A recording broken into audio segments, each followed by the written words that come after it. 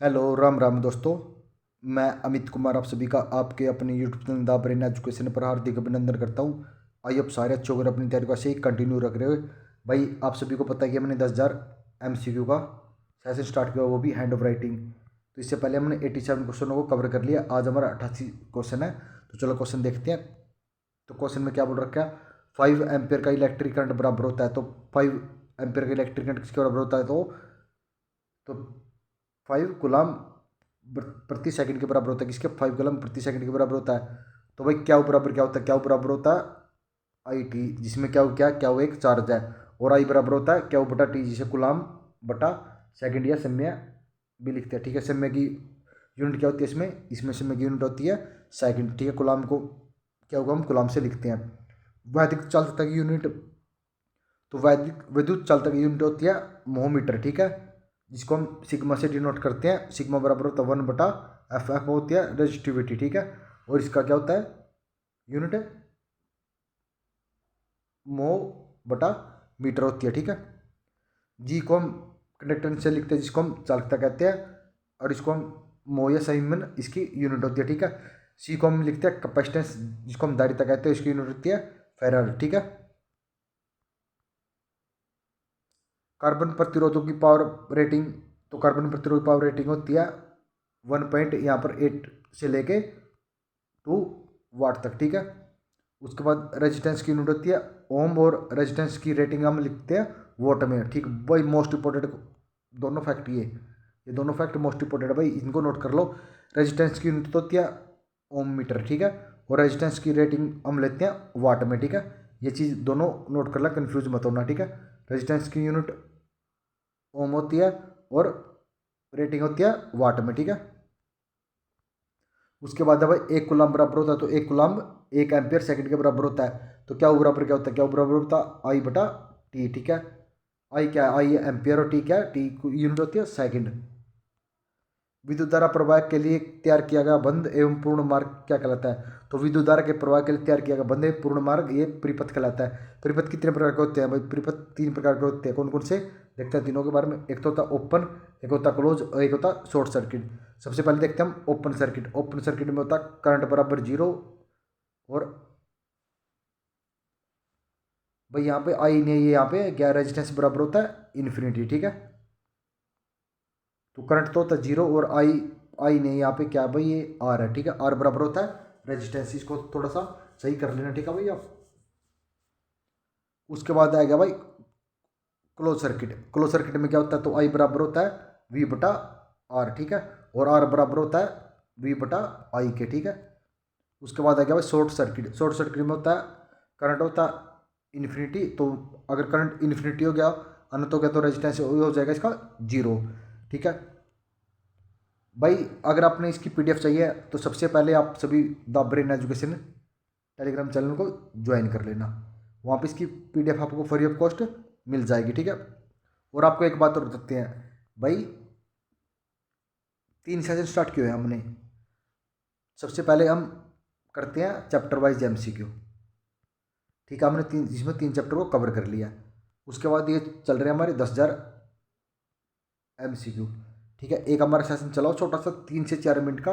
वो क्या है? PYQ डेली के, हम उसमें 20 PYQ क्वेश्चनों को कवर करते हैं। ठीक है, अगर आपने अब तीनों क्वेश्चन को अच्छे से कर लिया ना भाई, आप 100% सिलेक्शन ले जाओगे। आप कोई भी माइकल लाल आपको सिलेक्शन से रोक सकता भाई। ये 2 सेशन है ना, जो एक तो PYQ का, और ये एक जो 10,000 का। भाई लास्ट टाइम इन नोट्सों से 68 क्वेश्चन देखने को मिले थे। अगर आप इस बार चाहते हो कि सिलेक्शन हो जाए, तो भाई सिर्फ 7 से 8 मिनट का ये होता है, और 3 मिनट का वो होता है। सिर्फ 10 मिनट का सेशन भी आप अगर आप देखोगे ना, तो आप 100% सिलेक्शन ले जाओगे भाई। और इस बार ये लास्ट है भाई हरियाणा में ALM ऐसे वालों को, जिसमें कंपटीशन थोड़ा सा कम है।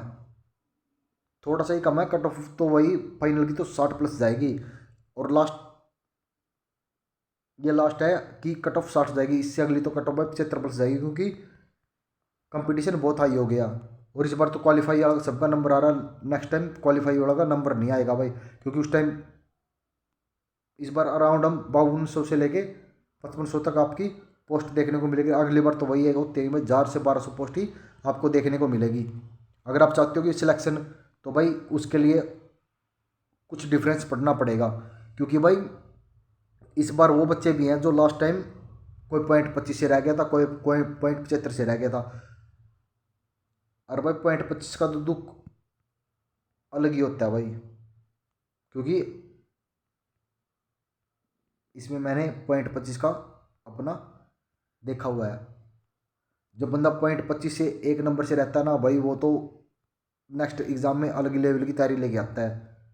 तो इसलिए इस बार लास्ट टाइम तो कंपटीशन था 2 में से 1 का, और इस बार कंपटीशन आपका अराउंड 5 में से 1 बंदे का।